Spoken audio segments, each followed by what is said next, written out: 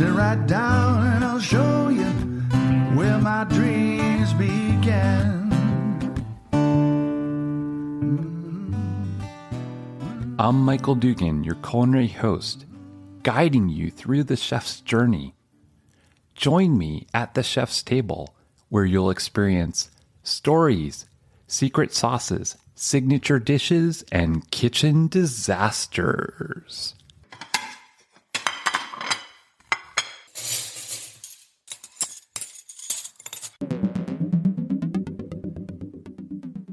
Today, we dedicate this episode to the unsung heroes and the chefs, service workers, and firefighters of Los Angeles and the Palisades. To the chefs and service workers, thank you for nourishing our communities and creating spaces that bring us together. To the firefighters, your courage and dedication protect our homes and neighborhoods. This is our heartfelt thanks to those who serve behind the scenes and on the front lines to keep our communities thriving and safe. We invite you to support those affected by the Los Angeles fires. Check the link in our show notes for more details. Today's guest is Johnny Sanchez, a seasoned chef with over 15 years of experience who started his culinary journey at Le Cordon Bleu.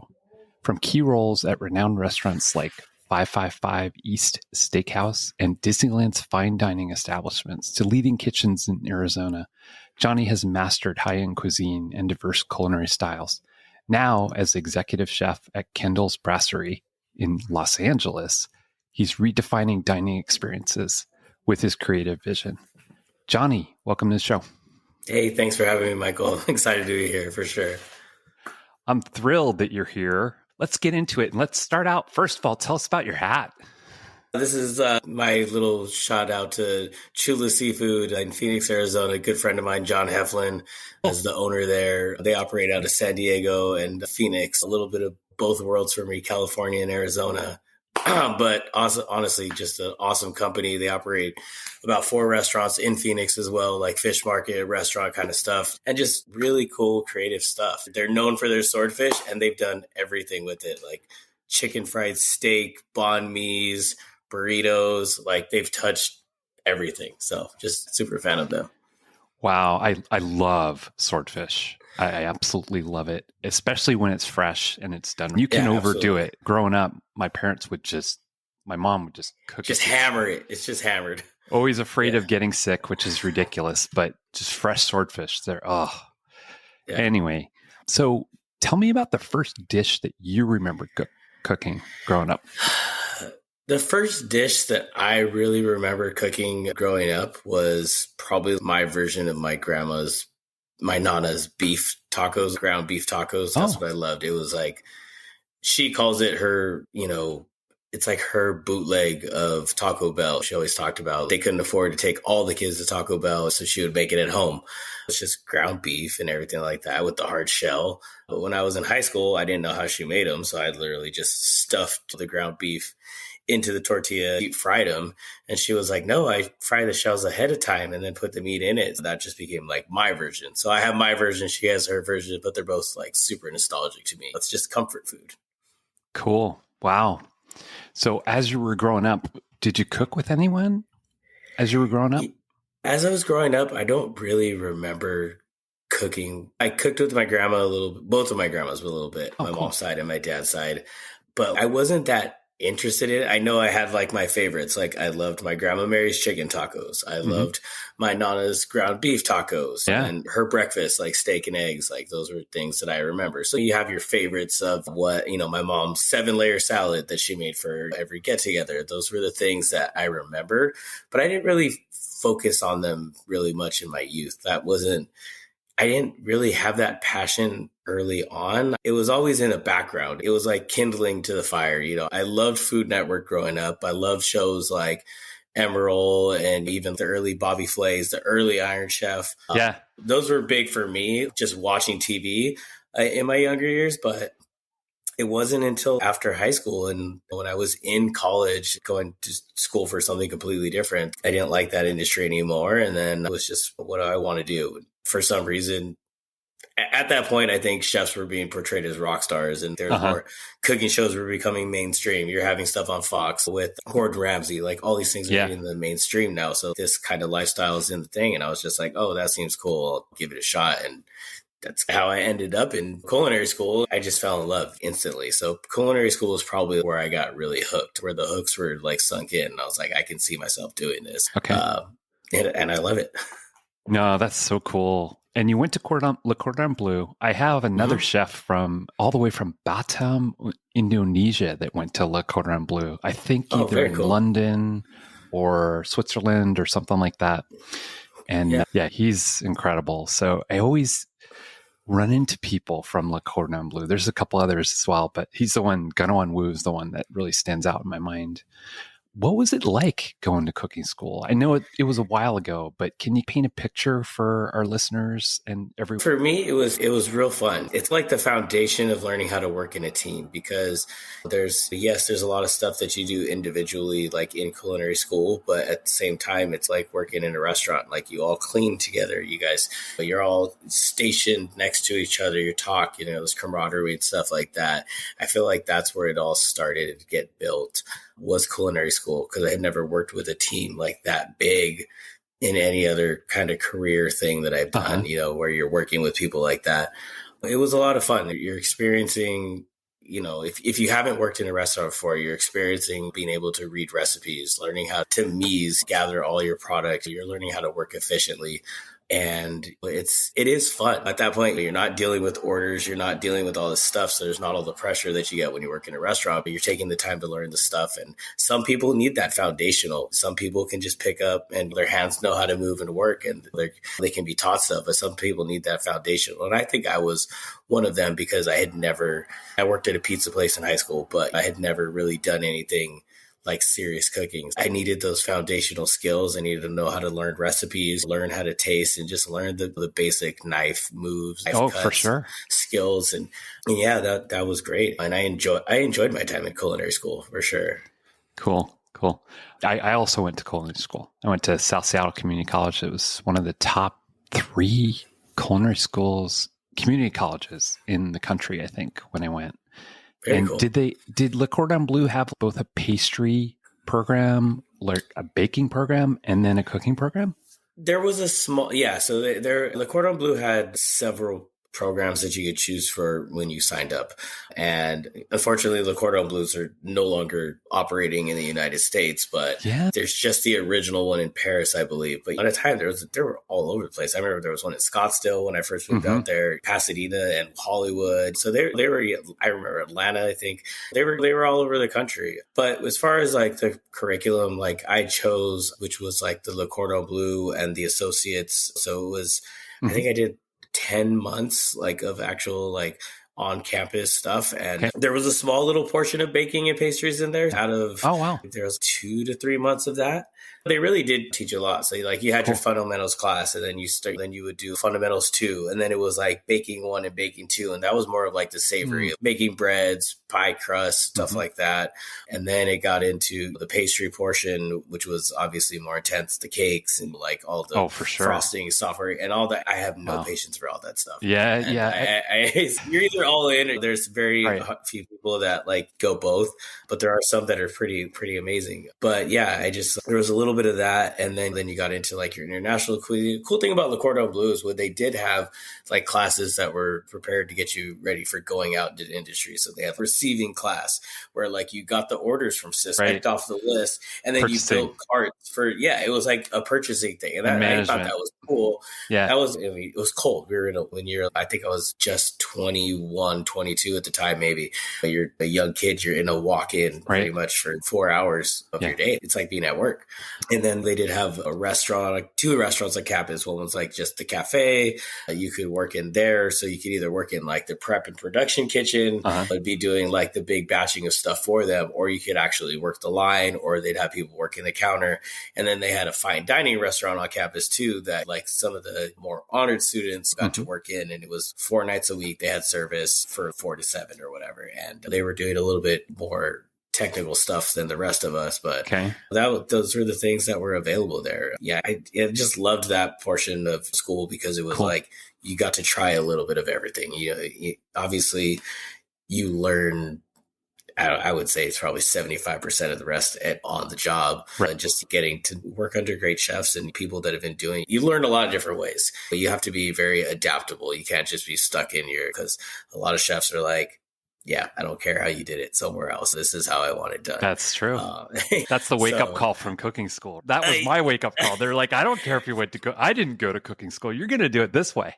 There's jokes and memes about that. Every new cook that you hire, he's back at my place. And it's either back at my place here, we did this where, and or when I staged at Noma, crazy. Totally. And they're like, oh, that's how we did it. And everybody's, cool, man. It's not how we do it. I love that because when I ask this question, sometimes it brings back the memories that I had.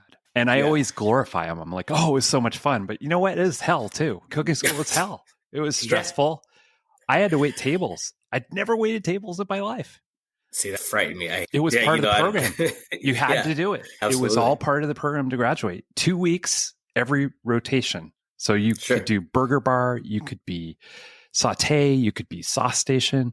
And the next 2 weeks, you're out there bussing and waiting tables in the casual dining. The next 2 weeks, you're out there bussing and waiting tables in fine dining. We did flambés. Yeah. I had to do a flambé, tableside. Tableside flambés. That's awesome. Yeah. French service. Picking up the rolls. Never done it before. We had a guy that worked for Kendall, which is a very fancy restaurant in Seattle, Washington, where I live. Like top notch, probably Michelin star, but we don't have any Michelin stars here. Sure. But I'll never forget it. Kevin was an amazing guy, comedian, fine dining waiter at Kendall, really superior. And he's demonstrating a flambé for everybody. And he's telling a joke and he caught his sleeve on fire. And it was the coolest thing to see because he just put it out and everything was fine. So calm. He was just so calm about it. Like, he didn't care. And he made a joke about it. And that's how it was, right? Yeah. You need to fail, especially in cooking school, because that's where you really learn and you have the opportunity to make a mistake. And who cares? Yeah.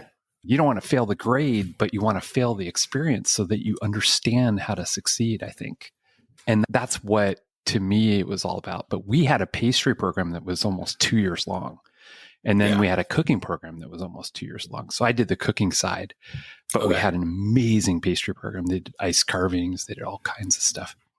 But you're bringing back all these memories. Oh, yeah. And I don't even think about it that much anymore. Right. But it is fun to think about. Because when you're a culinary school kid, you come out, you have this, I think it's partly the school and then partly because you're young and dumb that you come out and you're like, oh, I'm like automatically a sous chef. A lot of people don't realize you start out from the bottom. You start out as a line cook, or if you go to a great school like CIA, Hyde Park or Napa, then you come out and you're like a commis chef, some like really nice restaurant in Napa or something. But you start from the bottom. You don't come out as a chef. Like, I think a lot of people rush that want to. You got to learn so much. And you're totally right. You got to fail. You got to fail a lot. But it's so funny. We talk about it a lot in the kitchen. Like when I've worked at new restaurants, like that first night where I just get beat up, where it's like that hard service. And that's like the one that I'm like, okay, now I know this place and now I know how to do it. It's like at every restaurant, once you get beat up for the first time where you actually feel it and you're like, yeah, that was rough. After that, it's, oh, okay. You just need that, that teacher. It's crazy. So those that are listening right now, listen to this advice, because if you've gone to cooking school or you're just getting out of cooking school, you want to have an open mind. You want to be listening to your manager, your chef, the person that you're going to be working with. You want to be realizing that you have to pay your dues. You really have to pay your dues. So you're not going to come out as a sous chef out of cooking school. So go in with an open mind, come out with an open mind. I think that's the best takeaway from this. Great advice and insight, Johnny. So as we move forward, take us a little bit through your career. So you graduate from Cordon Bleu. What happens next? Receive $10 off your next purchase with Voice4Chefs 10. You don't know what to make for dinner again? You want to explore new cuisines, but you don't have time? What if you have new inspirations and we provide you with the ingredients and recipes? We know you want to travel, learn new foods, explore the world, but life's responsibilities keep getting in your way. What if you can bring those experiences to your home neatly packed into a box? Ladybug Collective is a subscription service that finds real people from around the world to create beautifully curated assortments of recipes, ingredients, and cultural content. Not only do we include cultural ingredients, but also a set of detailed recipe cards with instructions on how to use them. Each box also has a QR code that when scanned takes you to tons more global exploration to immerse yourself in. Everything from film to lifestyle, art to history, it all can be found here. Live your life to the fullest. Subscribe now and don't miss out on the next cultural adventure. Ladybug Collective. Always exploring.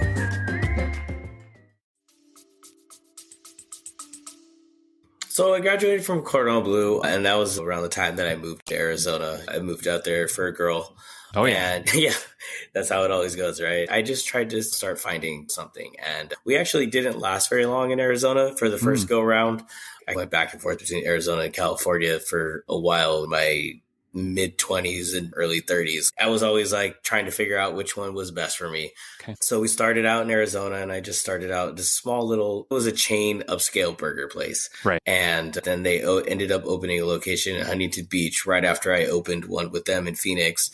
And they were like, hey, we need some help in Huntington Beach. And I was like, all right, I guess I'm going back. So it was like back to California. And it was after that time, I didn't end up very long with them, but that's when I got my shot with Disney.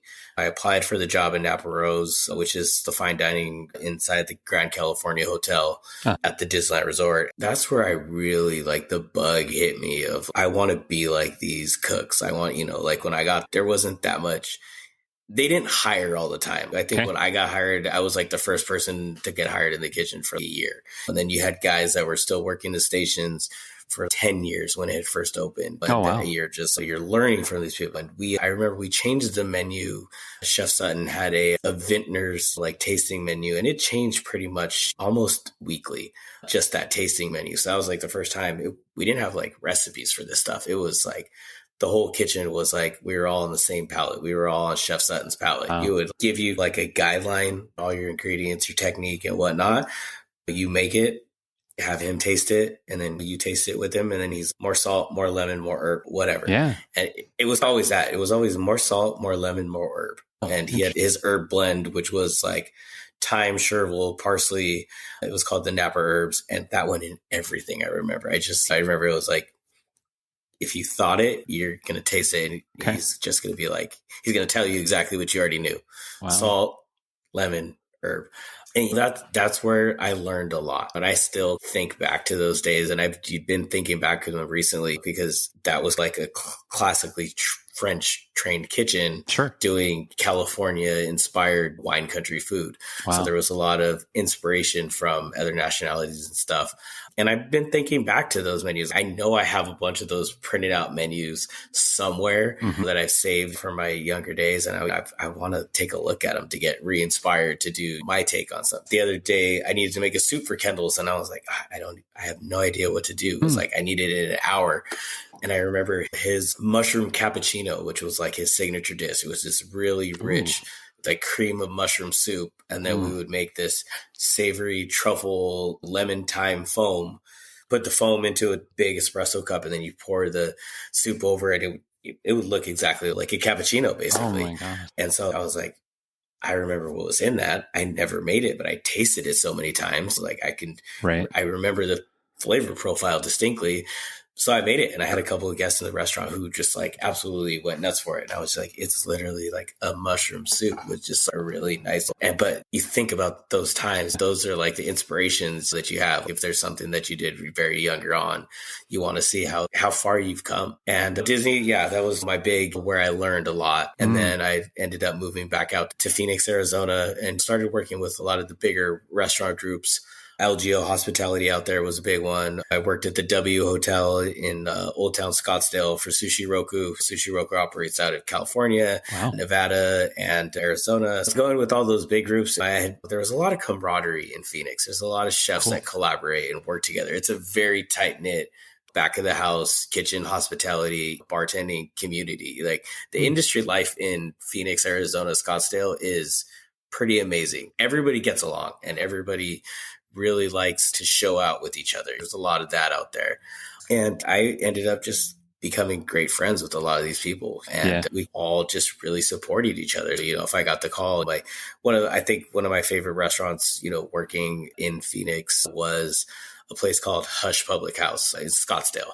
Wow. I opened it with my friend, Chef Don Ruggiero and Charles Barber. These were guys that Charles I had never worked with before, but I worked for one of the same restaurant groups he did. So I knew all the same people Charles did. Dom and I were young sous chefs together at a restaurant called Chelsea's Kitchen, and we just remained friends.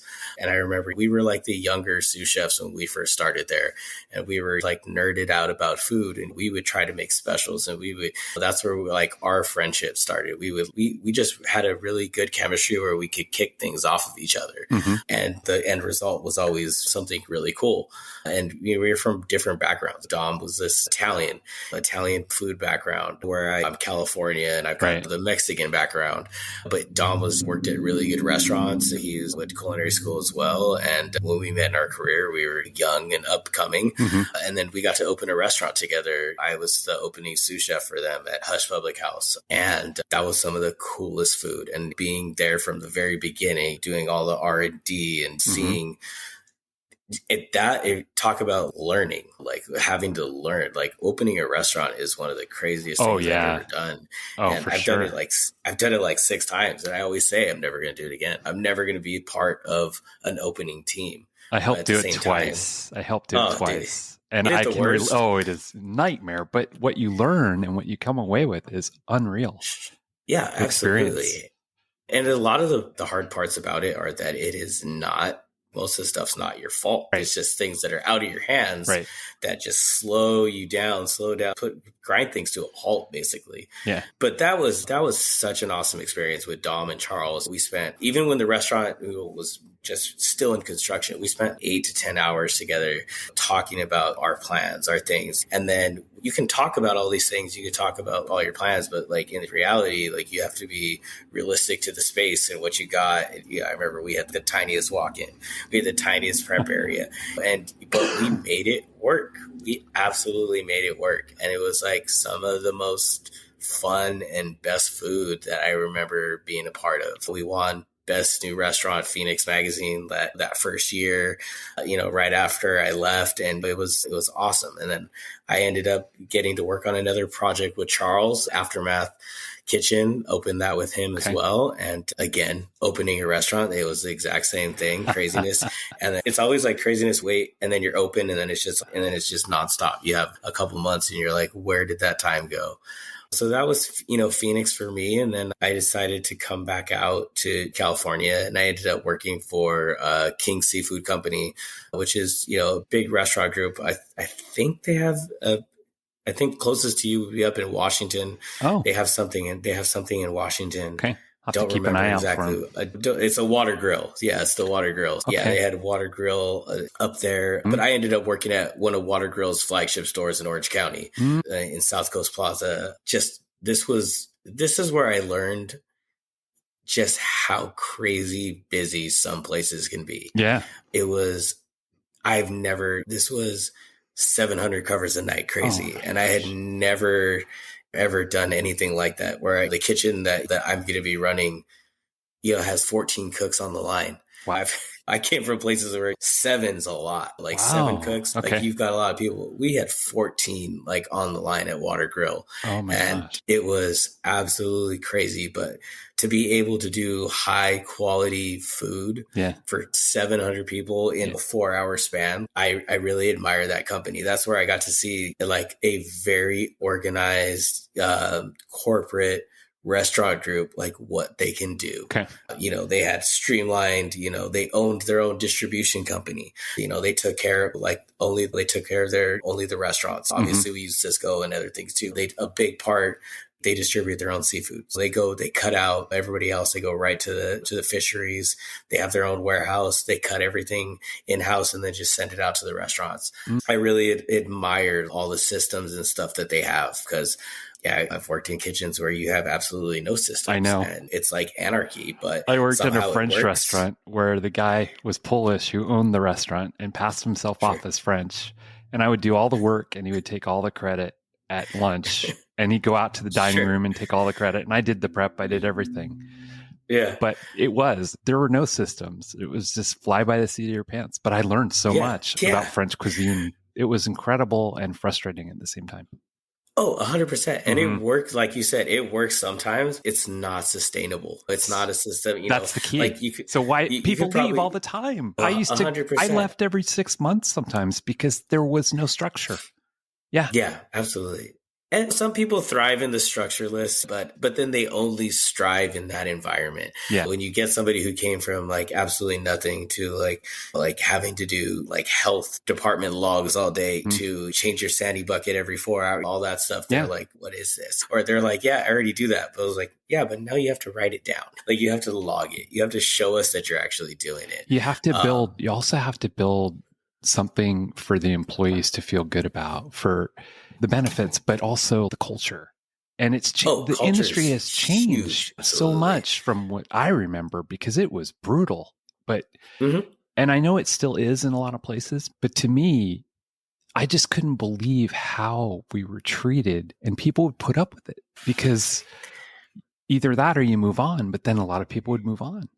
But if you provide them retirement, if you provide them something, some goal, a management structure, or possibly the path to becoming a chef, a great mentorship program, those are the kind of things that I see people stay in those places. The people I've interviewed, that's why they stay. Yeah.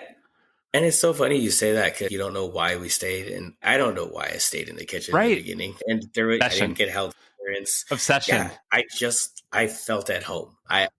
I'll be honest. I love the sound of like silverware in the dish pit. Like that's the awesome. little click of plates when they shake a bus tub. It's got a bunch of forks in it. Like those sounds are like, that's like water raindrop background for me. I hear it all the time. So I love those noises. When I go to a restaurant, I kind of tune into that. If I'm walking to the restroom and I'm passing the dish pit or I'm passing the kitchen, like I hear it. It just sounds very familiar. Yeah. But you're right. When I first started like 15 years ago, the culture was different. You could say toxic in some senses, but I don't know why we put up with it. We just did. And you just shook it off. And there were different ways that people went about it. Some people, they were totally hard, brutal on y'all shift. And then after they crack open a beer for you and service is over. And it's just service. I wasn't mad. It's just service. But then there was just some people that they just beat you down the entire time. And that's like pretty much the only relationship you had with them. And you just kept at it because you learned a lot. You learned how to do something new. You were doing really cool food. Like the juice was worth the squeeze. And I can say, I grew up in that environment and I learned a ton. And I've seen how hard it is for people that maybe a little bit earlier than I did, but can't pivot away from it now and don't know how to treat people the way they want to be treated now. It's very hard for them. You mentioned that. I don't want to interrupt you, but that's where my passion lives, is how to treat people. So I work in technology right now. Yeah. And when I left the industry because there was a drive-by shooting and I was assistant manager in Napa Valley and I was just done. I had reached my limit, right? My dream fell apart and I was like, I got to do something else. But then I fell into technology and I didn't look back. I wouldn't say it's not hard. I wouldn't say it's easy. It's hard. You have to constantly study. You have to constantly keep up on the technology. But what I did was I brought hospitality into technology. And I've been really successful because of bringing the restaurant business, the essence of that is hospitality. Yeah. If you really get it, that's the essence of the restaurant business.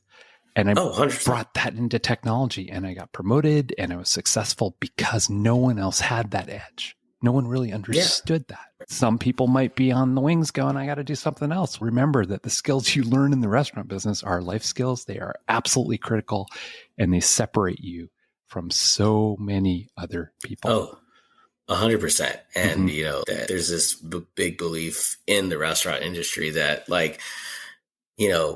everybody should have to work in a restaurant after college or something. It should be like the Arby. Like I think it's mandatory in my book. A mandatory service in a restaurant, because people out there don't realize how they treat people. For some reason, there's something about a restaurant that just, I don't know what it is. It, brings in some kind of entitlement when some people are eating it. Oh. I've had great guests and I've had all these things.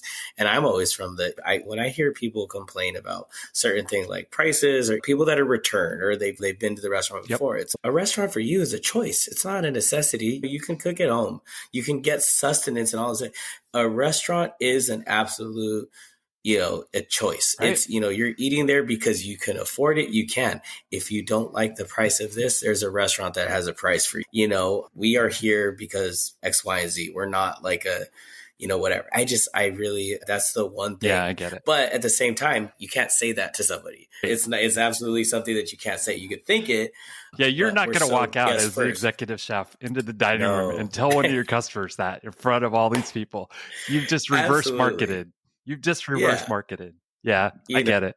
But I love hospitality. I think exactly what you're saying is we don't know. We know that we're crazy and we're doing this. You have to be crazy to actually be sustainable in this industry. You have to be able to handle the ups and downs and everybody knows every Sunday brunch service is going to be a terrible day for everyone. It just is. And it's everywhere. We know it going into it, but we still are like, get there and with that glimmer of hope that this Sunday is going to be different, but it's not. Yep. But I think we actually do stay there because we do taking care of people. We like people eating our food. We like to make good food for people. We like to service goes a long way. And I don't think front of the house always gets the credit they deserve, because when you have an amazing server, like if you're a regular, they remember your birthday, they know your kids, all this stuff, they have conversation. Those servers, I've always wondered, those servers are the ones that, hey, they gave me like a $500 bottle of champagne for my birthday, or like Christmas, they gave me like $500, because those people make an impact. They make an impact on somebody else's lives. Yep. And at the end of the day, I think that's why we do it. And that's why I do it. That's why I want to open a restaurant. I want to be hospitable. Yeah, there's certain things that are going to be certain things that are there for my ego, obviously, like my menu. And sometimes I'll be like, yeah, probably unless you have an allergy, I'm not going to do modifications, stuff like that. Right. But at the end of the day, I want to serve people. I want to make food. I want to make people happy. Yeah. Voice4Chefs for me is serving people. Right. It connects me back to the restaurant business. It's like a drug in a way. It's literally, it's hard to explain, but I feel connected to something that I lost years ago by doing this, because I get to talk about cooking school. I get to learn about this opening of a restaurant. I got invited to a VIP dinner for this brand new restaurant opening called Vivian's Bistro. That's fantastic in downtown Seattle in the Grand Sheraton Hotel. And all these chefs came in to the VIP dinner from all over Seattle that I idolize. And I shook their hands and I talked with them, all because of my friend who's the executive chef. I'll give her a shout out. It's Chef Donna. She is amazing, and she has Taiwanese cuisine that's outstanding in Seattle. But anyway, what is your philosophy when you talk about hospitality as an executive chef? How do you not manage, but how do you lead people successfully? I think it all just comes down to respect. You have to respect everybody. I just like to give it to them straight. Okay. But if somebody's not doing well, you can't pretend like they're doing okay. If they're not going to learn if you don't correct their mistakes. But you can do it respectfully. I had the sous growing up. I had the sous chefs to me that were when they were trying to show me a new way of doing it. There was like a lot of sarcasm. And same. And I don't know, that worked for me, but I could tell where it didn't work for other people, where people would get mad or people would shut down, they stop talking or whatever. I think my biggest philosophy as managing a team has always been to manage the personalities. You don't manage everybody the exact same. There's some people that you constantly have to pat on the back to give them that drive to keep going. Yeah. There's some people that don't need all that all the time, just need it occasionally. There's some people that you need to constantly be on and pushing to get the best results out of them. There's some people that you can be sarcastic, and there's some people you have to coddle. But you just have to really you have to get to know your team. Like I said, luckily enough, I have worked for a couple of like actual like groups where culture is a big part of management training. And I've taken bits and pieces from all of those things. Like King Seafood's biggest thing was the bank account theory with your employees. Like every time you're talking to them or finding out about something in their lives, getting to know them personally, getting to know the person, you're making deposits. You're showing them that you care. You're making, and then like when you have to go into a tough situation, like reprimanding somebody for something that they did, or asking them to pick up a double shift on a day that's supposed to be their day off, you're making a withdrawal. But you have to have enough of those deposits in there where the withdrawal, the negative, doesn't outweigh all the groundwork that you had to do. Yeah. I've taken bits and pieces from all those. And I just think you spend more time with this group of people most of the time than you do your own family. True. You have to work holidays. You guys work nights. You guys work weekends together. So you literally have, you have to care about what's going on in their lives and just realize that everybody has a life outside of the restaurant. It took a long time for me to realize that, because in my younger years, you get called on your day off, you just show up. You don't take that time for yourself. You can work 7 days in a row. You can do 13 doubles. Like those are normal for us that are not for the rest of the working society. They don't understand. I guess my next question for you is, are there any people along your journey that really influenced you, like really took you under their wing, or did something in your career that really helped it snowball? There's a lot. I'm just going to like rail off a bunch of people. Go for it. It's Chef Andrew Sutton at Disney was who I learned a lot from. Just like I said, I learned a lot really about fine dining and cooking when my time with him at Napa Rose, and just seeing somebody who was just so creative and just always, that was the first time I was like somebody that was always ready with the next step, with the next tasting. It seemed like he had endless ideas of what he wanted to do. Yeah, Don Ruggiero, who we opened Hush together. He's an amazing chef. He's got some really good restaurants in Phoenix, Scottsdale area. Charles Barber, again, huge in Phoenix, Scottsdale with Aftermath and Born and Bred.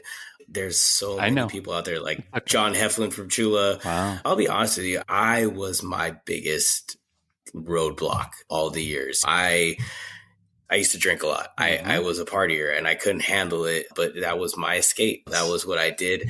And it got progressively worse. And I jumped around a lot because I'd play the victim, or they're overworking me, they're over there. I was never accountable for the things that I could have improved on. I was always talented. I was always good. And when I was on it, I was on it. But 100%, I always shot myself in the foot, or I always just created a roadblock for myself. I was my own worst enemy.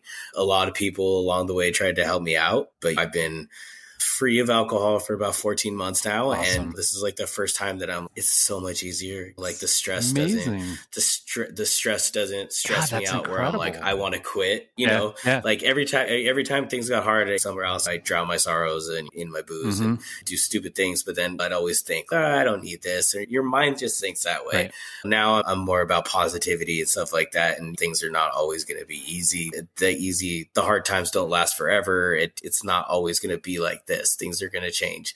What brought you success in your sobriety for people that are listening? Because I know that a lot of people struggle with this in their business. You know what? You just have to find something that works for you. Some people do AA, some people do rehab, some people do a mixture of things. Some people do church. Yeah. Some people can do it on their own. Okay. For me, it was a mixture of stuff. I do AA. I'm not as active as I used to be. For a long time, I was going to a meeting every day. I did 90 meetings in 90 days. Wow. I got a sponsor.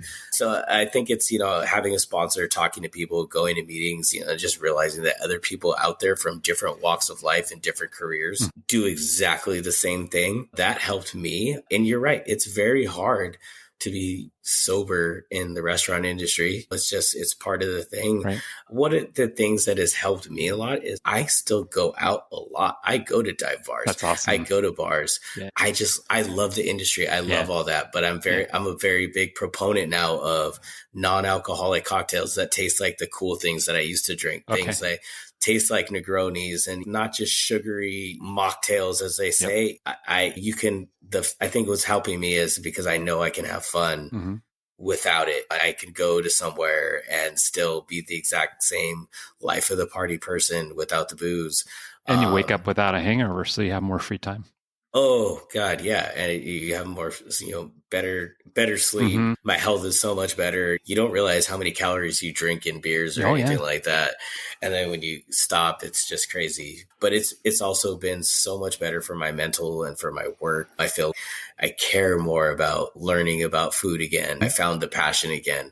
I have more time now to read cookbooks, to deep dive, to look up all these recipes and stuff like that. And it's just been the people that knew me, that have seen me now, it's a year out basically, are like, okay, like maybe this time it's the real deal. And I feel that way too. I absolutely love where I'm at, and I love being in the kitchen. I found that whole like passion all over again. And I think that's exactly why I go out more. I love this industry. I love the hospitality industry. I like to see the cool things that everybody else is doing. And then it just sparks ideas. It's awesome. So tell us about Kendall. Let's talk a little bit about that, and then we're going to wrap up.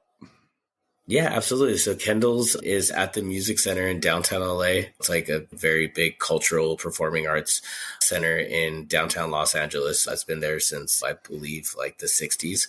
And Kendall's is one of the restaurants that we have for, basically, we're driven by the shows. We're there for the patrons. Kendall's is a French-inspired brasserie.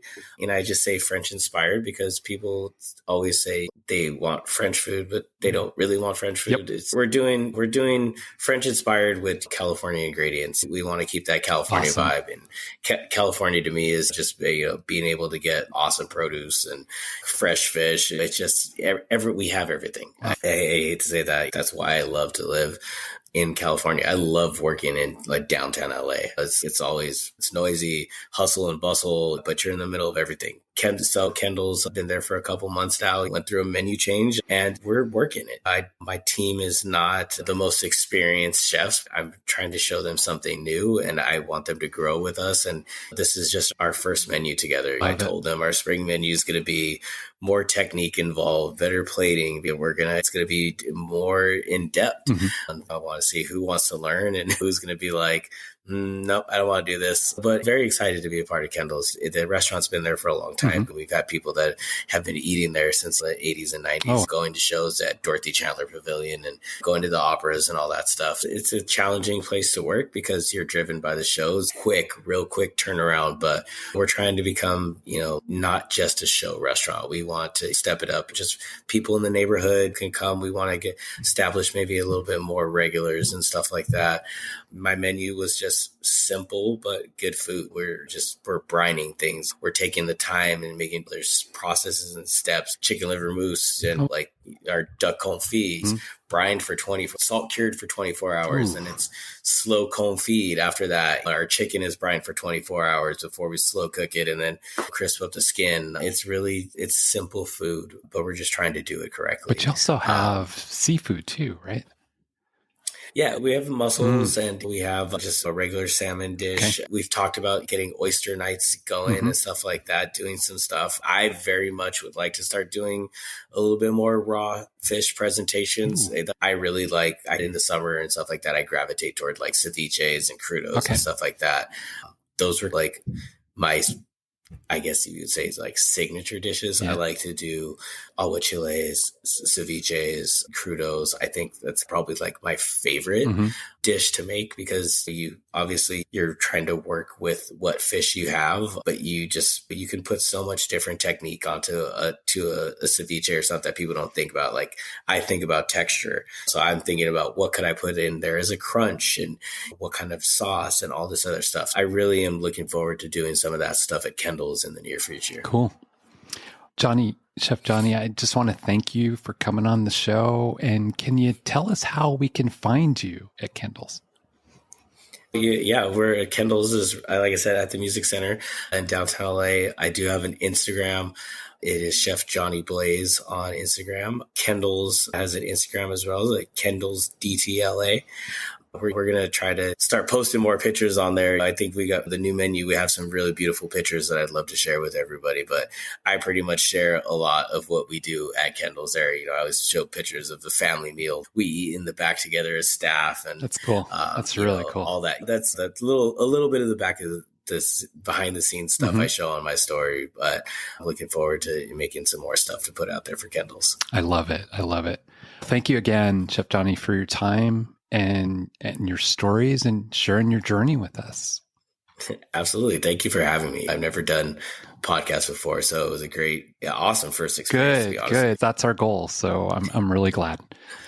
Thanks for joining us today. Follow us on Facebook. Find our website in the show notes. Subscribe on Spotify, iHeartRadio, or wherever you listen. Leave a comment with 5 stars. And stay tuned for the next episode of Voice4Chefs.